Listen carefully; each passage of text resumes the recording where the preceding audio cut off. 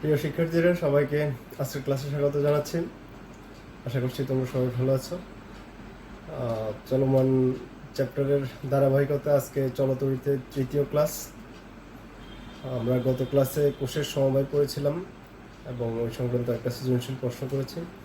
আজকে আমরা এবং গত ক্লাসে আমরা কারেন্ট ডিভিশন ল পড়েছিলাম। আজকে পড়বো হচ্ছে ভোল্টেজ ডিভিশন ল। তোমরা জানো যে শ্রেণী সমবায়ে কোষের বা রোধের শ্রেণী সমবায়ের ক্ষেত্রে প্রবাহ একই থাকে, কিন্তু ভোল্টেজ ভিন্ন ভিন্ন হয় রোধের দুই প্রান্তে। আর সমান্তরালের ক্ষেত্রে প্রবাহ ভিন্ন হয় কিন্তু ভোল্টেজ একই থাকে। তাহলে আমরা যেহেতু ভোল্টেজ ভিন্ন হয় শ্রেণী সমবায়ের ক্ষেত্রে, আমরা শ্রেণী সমবায় নিয়ে এখানে আলোচনা করব। দেখো, এখানে ব্যাটারির যে তড়িৎচালক শক্তি বা ভোল্টেজ এটা দেওয়া আছে, ব্যাটারির ভোল্টেজ ভি। এখানে দুইটা রোধ শ্রেণীতে যুক্ত এবং রোধ দুইটার মান আমরা এখানে ইন্ডিকেট করা আছে R1 এবং R2। তাহলে এখানে এই যে ভি ভোল্টেজটা, এই R1 রোধের দুই প্রান্তে একটা ভোল্টেজ ড্রপ পাবো, R2 রোধের দুই প্রান্তে একটা ভোল্টেজ ড্রপ পাবো। দুইটা ভোল্টেজ ড্রপ যোগ করলে আমার এই ভি ভোল্টেজের সমান হবে। এখানে অভ্যন্তরীণ রোধ যেটা আছে কোষের, এটাকে আমরা নগণ্য বিবেচনা করি। তাহলে এই দুই প্রান্তে ভোল্টেজ হচ্ছে আমার V1 R1 রোধের কারেন্ট I। এই দুই প্রান্তের ভোল্টেজ আমরা ধরে নিলাম V2। আর এদের যে কমন টার্মিনাল, এই দুই মাথায় ভোল্টেজ হচ্ছে, যেহেতু এই টার্মিনাল আর এই টার্মিনাল একই টার্মিনাল, আবার এই টার্মিনাল নেগেটিভ টার্মিনাল এই টার্মিনালের সাথে যুক্ত, তাহলে এই দুই প্রান্তের ভোল্টেজ হচ্ছে V। আমরা যদি A ও B ডিনোট করি, তাহলে A ও B প্রান্তের ভোল্টেজ হচ্ছে এই ভোল্টেজের সমান, কোষের তড়িৎচালক শক্তি বা কোষের বিভব পার্থক্যের সমান V। এখন আমাকে বের করতে হবে V1 এবং V2। তাহলে এখন দেখো, আমরা যদি ব্যাটারির মূল কারেন্ট I এবং বিভব পার্থক্য হচ্ছে V, যদি আমরা হিসাব করি V ইকুয়াল টু আমরা জানি IR। আর বলতে R টোটাল। তাহলে IR টোটাল মানে হচ্ছে R1 এবং R2 দুইটা রোধ আছে এখানে। যদি তিনটা থাকে আমরা তিনটা হিসাব করব। এখানে সিম্পল একটা সার্কিট দেখাচ্ছি যাতে তোমরা বুঝতে সুবিধা হয়। তাহলে R1 এবং R2 দুইটা সিরিজে যুক্ত, সিরিজে হলে দুইটা ডিরেক্ট যোগ হবে। তাহলে V is equal two I into R1 plus R2। তাহলে I সমান আমরা লিখতে পারি V by R1 plus R2। আশা করছি বিষয়টা বুঝতে পারছো। এখন এই দুই প্রান্তের ভোল্টেজ হচ্ছে V1। তাহলে R1 রোধের ক্ষেত্রে বা R1 রোধের দুই প্রান্তের voltage V1 is equal two, আবার ভোল্টেজ মানে হচ্ছে V ইকুয়াল টু IR। তাহলে I এর সাথে R গুণ করলে সেটা কি হবে, ভোল্টেজে পরিণত হবে। তাহলে এই R1 রোধের কারেন্ট হচ্ছে I এবং রোধ কত R1। তাহলে V1 সমান I ইন্টু R1। সো এই I এর ভ্যালুটা যদি আমরা বসাই দিই, V by R1 plus R2 into R1, তাহলে আমরা পাচ্ছি এখানে যদি লিখি V1 সমান R1 by R1 plus R2 into V। তাহলে খেয়াল করো, তাহলে V1 সমান, তাহলে যে ব্রাঞ্চের বা যেই রোধের ভোল্টেজ বের করব তার রোধের মানটা উপরে থাকবে এবং ওই টোটাল যে রোধ অংশটা, টোটাল যে ভোল্টেজটা, ওই ভোল্টেজের মাঝখানের যে রোধগুলো থাকবে, মানে হচ্ছে যতগুলো রোধ থাকবে সবগুলোর যোগফল নিচে ইন্টু V। মানে যে ভোল্টেজটা আমরা ডিভিশন হচ্ছে বা ভোল্টেজটা ভাগ হচ্ছে, এখানে V ভোল্টেজটা দুই ভাগ হচ্ছে, এই অংশে কিছু ভোল্টেজ ড্রপ হয়, এই অংশে কিছু ভোল্টেজ ড্রপ হয়, দুইটা ভোল্টেজের যোগফল হচ্ছে V এর সমান। তাহলে অনুরূপভাবে যদি আমরা V2 সমান লিখি, তাহলে V2 সমান হবে, তাহলে R2 রোধের ভোল্টেজ হচ্ছে V2, তাহলে উপরে R2 লিখব, আর দুই রোধের যোগফল নিচে ইন্টু V। তাহলে এটা একটা ভোল্টেজ ডিভিশন R1 এবং R2 রোধের দুই প্রান্তের ভোল্টেজ বের করার সূত্র। আমরা এখন একটি ম্যাথ করব, তাহলে তোমাদের বিষয়টা আরেকটু ক্লিয়ার হবে।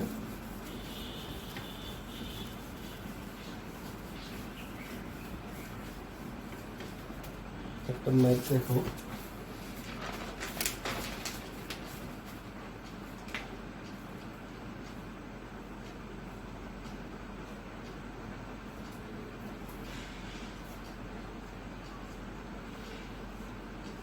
100 volt,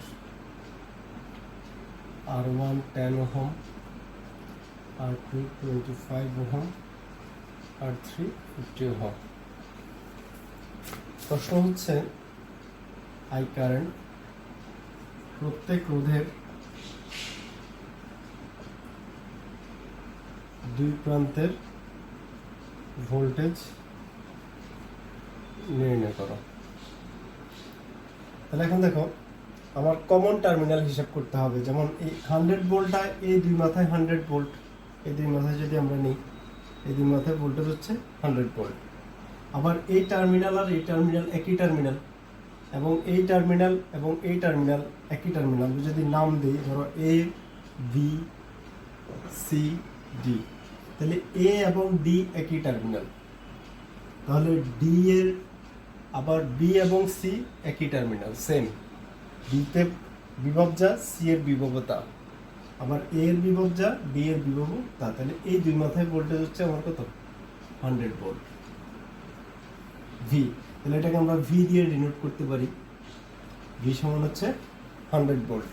তাহলে এখন আমরা বের করব R1 R2 R3 এই প্রত্যেক রোধের দুই প্রান্তের ভোল্টেজ। তাহলে R1 রোধের জন্য R1 রোধের দুই প্রান্তের ভোল্টেজ,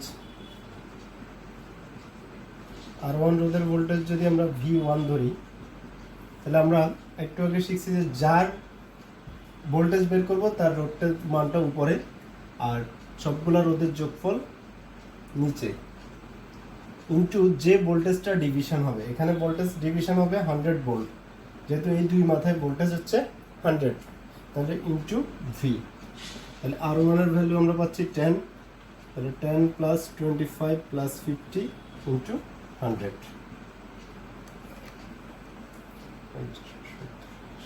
85 10/85 into 100, 10/85, তাহলে 11.76 ভোল্ট। এটা হচ্ছে R1 রোধের জন্য। তাহলে R2 যদি বের করি, V2 is equal to R2 by R1 plus R2 R3 into V। তাহলে R2 এর দুই মাথায় ভোল্টেজ হচ্ছে V2, এখানে V1 এর দুই মাথায় হচ্ছে V3। তাহলে R2 এর ভ্যালু হচ্ছে 25, 10 plus 25 plus 50 into 100,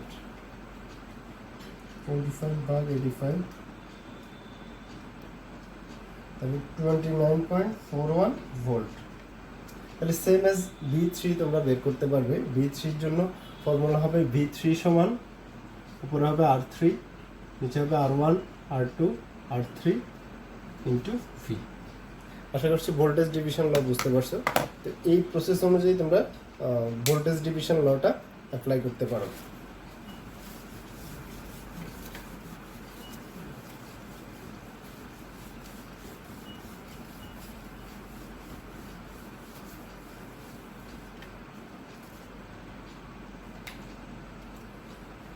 এবার আসো আমরা কারশফের সূত্র, আমরা এখন কারশফের সূত্র করব। কারশফের দুটি সূত্র আছে, একটা হচ্ছে প্রথম সূত্র বা এটাকে আমরা বলতে পারি যে প্রবাহের সূত্র।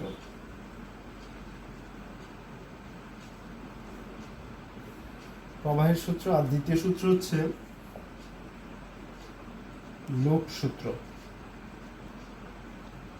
দ্বিতীয় সূত্রে একটা লুপ তৈরি হয়। আমরা যদি শর্ট ফর্মটা লিখি, প্রথম সূত্রের ডেফিনেশন হচ্ছে summation of I is equal two 0, মানে সকল আই এর যোগফল 0। আর দ্বিতীয় সূত্র হচ্ছে summation of I R is equal to E. এটা হচ্ছে শর্ট ফর্মেট, আমরা ডিটেলস ব্যাখ্যা করবো একটু পরে। তাহলে প্রথম সূত্র হচ্ছে সকল প্রবাহের যোগফল 0, আর দ্বিতীয় সূত্র হচ্ছে সকল আই আর এর যোগফল ই এর সমান। ই মানে হচ্ছে তড়িৎচালক শক্তি। এখন বিষয়টা একটু ক্লিয়ার করি। আমরা যদি একটা সার্কিট ড্র করি, ধরো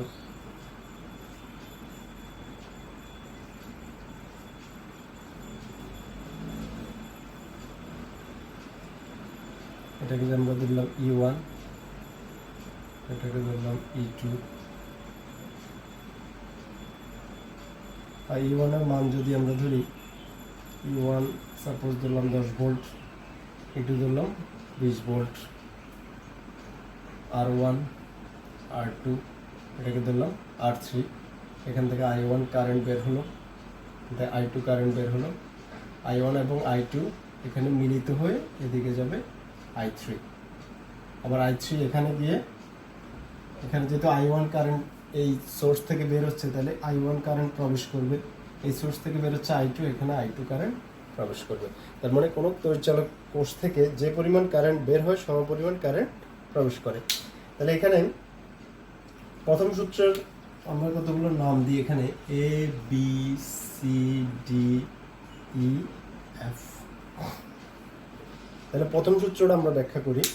প্রথম সূত্র হচ্ছে সকল আয়ের যোগফল শূন্য। সেটা হচ্ছে বর্তনীর কোনো সংযোগ বিন্দুতে সকল প্রবাহের বীজগাণিতিক যোগফল শূন্য হবে। তাহলে এখানে সংযোগ বিন্দু বলতে প্রবাহগুলো, যে প্রবাহগুলো আছে ওই প্রবাহগুলো যে বিন্দুতে মিলিত হয়, অনেকগুলো প্রবাহ যে বিন্দুতে মিলনস্থল, ওটা হচ্ছে সংযোগ বিন্দু। আমরা এখানে প্রথম সূত্র, এখানে তিনটা কারেন্ট আছে আমার, I1 এবং I2 এবং I3। তাহলে তিনটা কারেন্টকে আমরা B পয়েন্টে পেতে পারি, অথবা তিনটা কারেন্টকে আমরা C পয়েন্টে পেতে পারি, E পয়েন্টে, সরি। তাহলে B অথবা E এই দুইটা হচ্ছে সংযোগ বিন্দু। তাহলে B তে আমরা প্রথম সূত্র প্রয়োগ করতে পারি, E তেও প্রয়োগ করতে পারি, তাহলে অথবা এই বিন্দুতেও প্রয়োগ করতে পারি, এটা একটা সংযোগ বিন্দু বলা যায়। তাহলে যে কোনো সংযোগ বিন্দুতে সকল প্রবাহের যোগফল শূন্য হবে। তাহলে বি বিন্দুতে যদি আমরা প্রথম সূত্র প্রয়োগ করি, তাহলে যে প্রবাহগুলো ওই বিন্দুর দিকে আসবে তারা ধনাত্মক, আর যারা বেরিয়ে যাবে তারা ঋণাত্মক, এটা খেয়াল রাখবে। তাহলে বি বিন্দু অভিমুখে আসতেছে I1 এবং I2 দুইটাই আসতেছে, তাহলে I1 এবং I2 পজিটিভ। আবার I3 বের হয়ে যাচ্ছে, তাহলে I3 হবে নেগেটিভ। তাহলে যে কারেন্টগুলো ওই বিন্দু অভিমুখে আসবে তারা ধনাত্মক, যারা বেরিয়ে যাবে তারা ঋণাত্মক, সবগুলো যোগ করলে ইকুয়াল টু 0 হবে। তাহলে আমরা লিখতে পারি I1 plus I2 minus I3 is equal two 0। So I3 is equal two I1 plus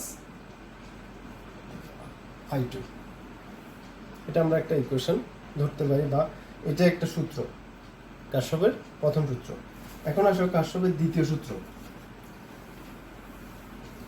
দ্বিতীয় সূত্র হচ্ছে সকল আয়ের যোগফল E এর সমান। তাহলে এটার জন্য লুপ বিবেচনা করতে হবে। তাহলে লুপ বিবেচনা করার সময়, লুপ ঘোরার সময় যদি কোষের প্লাস থেকে বের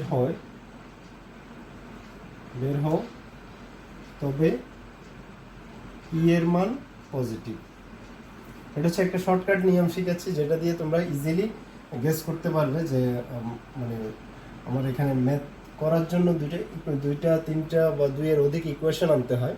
ওই ইকুয়েশনগুলো কীভাবে রেডি করব এটা লুপ ঘোরার উপর ডিপেন্ড করে। তাহলে এই বিষয়টা একটু খেয়াল রাখবে। লুপ ঘোরার সময় যদি কোষের পজিটিভ টার্মিনাল তোমরা চিনো অলরেডি, বড় দাগটা হচ্ছে পজিটিভ, ছোট দাগটা হচ্ছে নেগেটিভ টার্মিনাল। পজিটিভ টার্মিনাল থেকে যদি বের হয় আমরা ইটাকে পজিটিভ ধরবো, আর যদি নেগেটিভ টার্মিনাল থেকে বের হই, মাইনাস টার্মিনাল থেকে বের হলে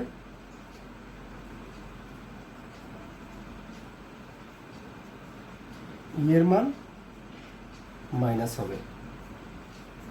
এই বিষয়টা গুরুত্বপূর্ণ, তোমরা প্রয়োজনে এটা একটু নোট রাখতে পারো যে লুপ ঘোরার সময় প্লাস থেকে বের হলে ই এর মান প্লাস ধরবো, মাইনাস থেকে বের হলে ই এর মান মাইনাস ধরবো। আরেকটা বিষয় হচ্ছে লুপ ঘোরার সময়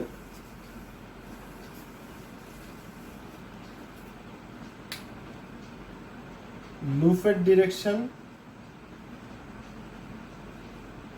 এবং কারেন্টের ডিরেকশন একই হলে, কারেন্টের ডিরেকশন সেম হলে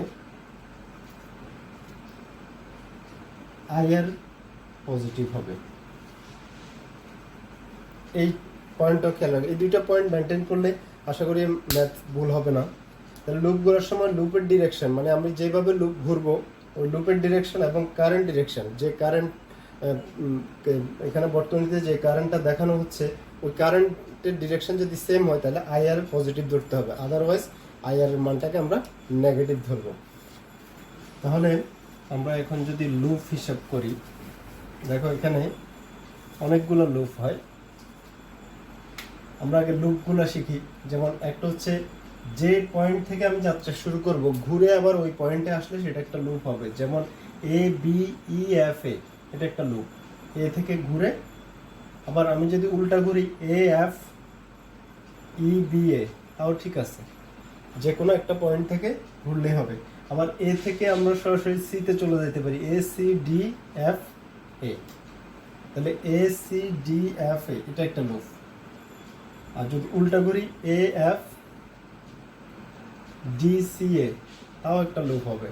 তাহলে এটা একটা লুপ, এটা একটা লুপ, পুরোটা একটা লুপ। তাহলে এখানে তিনটা লুপ আমরা বিবেচনা করতে পারি, তবে যে কোনো দুইটা লুপ নিয়ে কাজ করলে আমাদের সমাধান চলে আসবে। এখন দেখো আমরা যদি প্রথম লুপটা ধরি, ধরো আমি উল্টাটাই ধরি, A F E B A, লুপে দ্বিতীয় সূত্র প্রয়োগ করব। তাহলে দ্বিতীয় সূত্র প্রয়োগ করতে গেলে এই থেকে এফে গেলাম, কোনো রোধ নাই, তাহলে রোধ থাকলে আমার আই আর থাকবে। এখানেও নাই, এখানে আর আছে, তাহলে আই থাকবে। তাহলে আর থ্রি এবং আই থ্রি, তাহলে আই থ্রি আর থ্রি। তাহলে আমি লুপ ঘুরতেছি এভাবে, খেয়াল করো আমার কারেন্টের ডিরেকশন হচ্ছে উল্টা। তাহলে আমি উপরে যাচ্ছি বাট কারেন্ট নিচে আসতেছে, তাহলে এটাকে কি ধরতে হবে? মাইনাস। এরপর আমি এদিকে যাব, কারেন্ট উল্টা এদিকে যাচ্ছে, তাহলে minus I one R one equal to হবে, আমি লুপের প্লাস এবং মাইনাস, তাহলে আমি এভাবে ঘুরতেছি লুপটা, তাহলে আমি বের হওয়াটা হিসাব করতে বলছিলাম। লুপ ঘোরার সময় আমি বের হচ্ছি নেগেটিভ টার্মিনাল থেকে, তাহলে এই এর মানটাকে আমরা মাইনাস ধরবো, -10। এভাবে একটা লুপ থেকে আমরা এখান থেকে একটা ইকুয়েশন পাবো। আমরা যদি মাইনাস কমন নিয়ে ফেলি, I one R one I three R three equal to 10, minus common নিলে এটা অ্যাভয়েড করতে পারি। এখন যদি উল্টা লুপটা করি,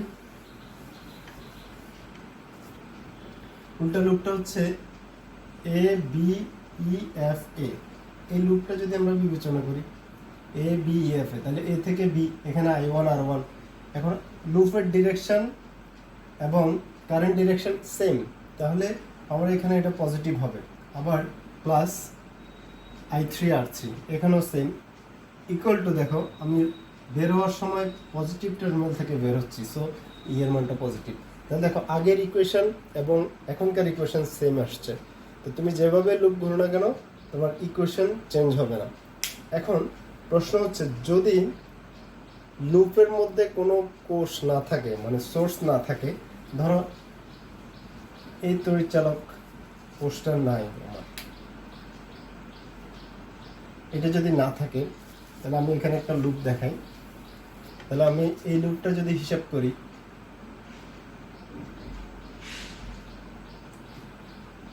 ধরো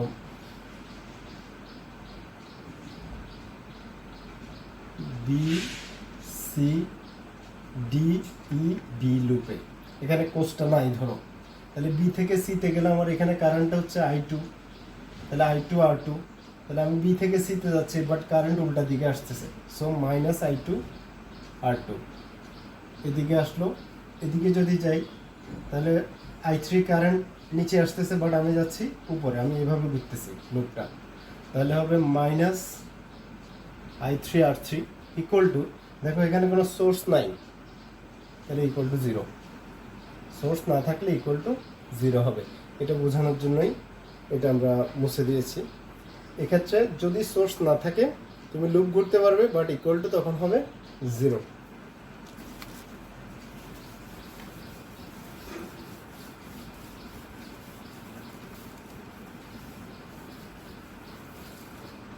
আমরা একটা সৃজনশীল করব এই মুহূর্তে।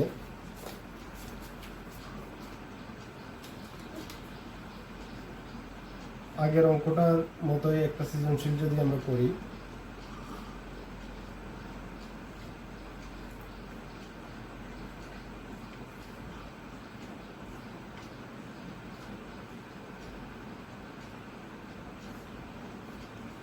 এখানে 10 volt, 12 volt, 4 ohm, 2 ohm, A2 ohm, current direction I1 A B C D E F, এই কারেন্ট হচ্ছে I2, এটাকে আমরা ধরে নিলাম I3। প্রশ্ন হচ্ছে কারশফের সূত্র প্রয়োগ করে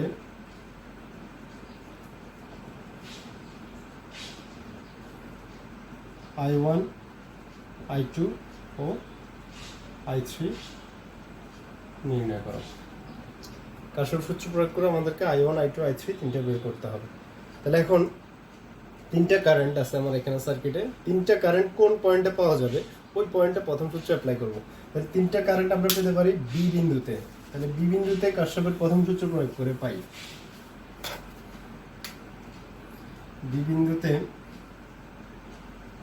কারশফের প্রথম সূত্র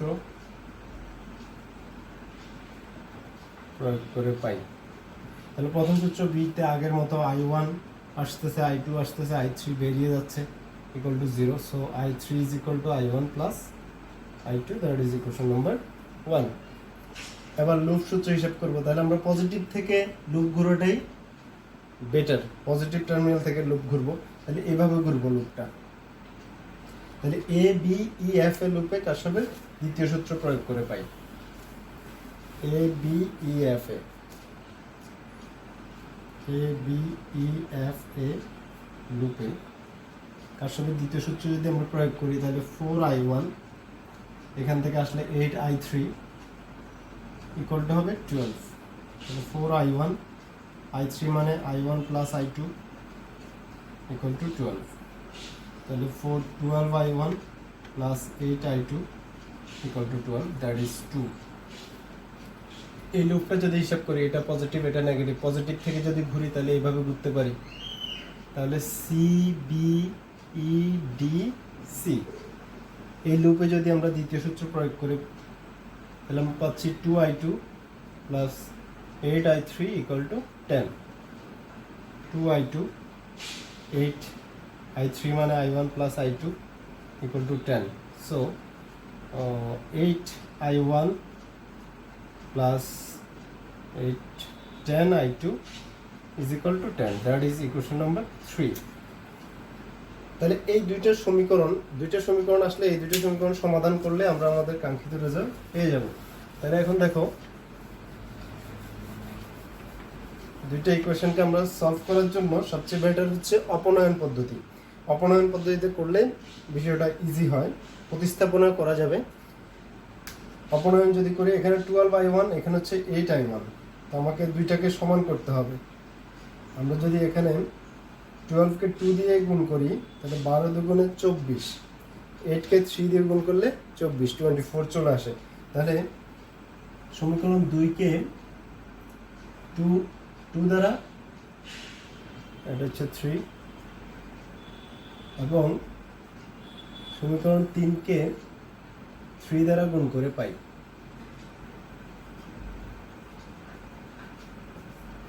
তাহলে আমরা পাচ্ছি 2 দ্বারা গুণ করলে 24I1, 16I2, 24I1, 30I2 equal to 30।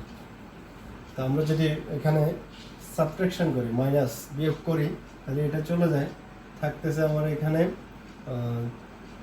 14 minus 14I2 is equal to minus 6, so 10।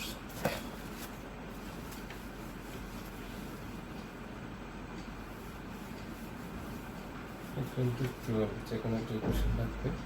তাহলে I2 সমান 6/14 to 7, so 2/7 ampere, that's sense I2। এবার I2 এর মান যদি 2 নং ইকুয়েশনে বসাই দিই তাহলে 2 নং ইকুয়েশন হচ্ছে আমাদের 12I1 8I2 is equal to 12।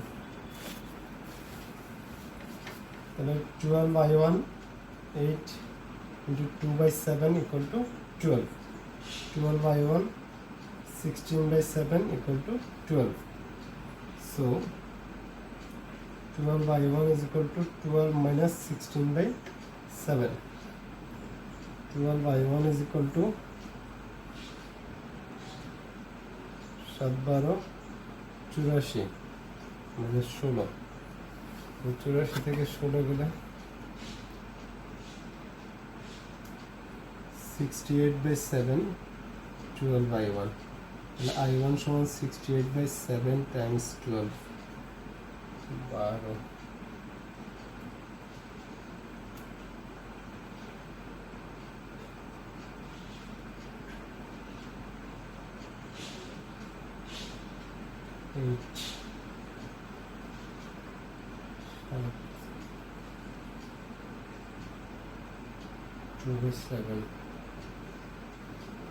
আচ্ছা, এখানে হিসাব করলে যা আসে আর কি আমাদের, যেমন 12 68 ভাগ 3 যদি আমরা দিই, আসলে 68 ভাগ 4, আচ্ছা 4 দিয়ে যদি আমরা ডিভিশন করি তাহলে 3, 4 দিয়ে 68কে কাটলে 17, তাহলে 17/21 অ্যাম্পিয়ার।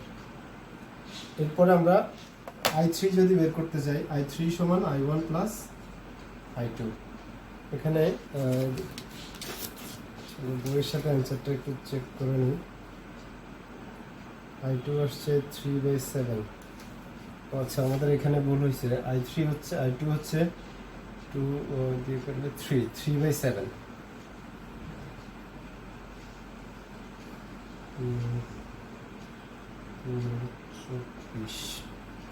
3/7 যদি হয়,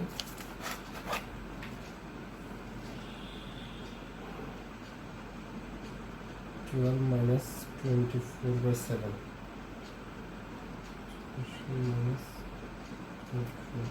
তাহলে আসবে হচ্ছে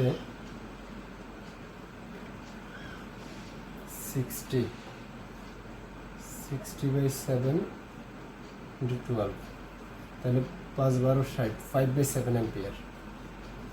তাহলে আমরা i3 সমান i1 প্লাস i2, তাহলে i3 সমান যদি i1 প্লাস i2 মানটা বসাই দিই, তাহলে i1 হচ্ছে 5/7, হচ্ছে 3/7, সো 8/7 অ্যাম্পিয়ার। এটা হচ্ছে আমাদের অ্যান্সার। তো তোমরা কাশ্যপের সূত্র রিলেটেড যে কাজগুলো আছে ওই কাজগুলো করবে। যদি সম্ভব হয় আমরা পরবর্তী ক্লাসে কাশ্যপ রিলেটেড আরেকটা ম্যাথ করব, এবং এর মধ্যে তোমরা এই বিষয়টা নিজেরা একটু প্র্যাকটিস করে আয়ত্ত করে নেবে। তো পরবর্তী ক্লাসের আগ পর্যন্ত সবাই ভালো থাকবে, সুস্থ থাকবে। ধন্যবাদ সবাইকে।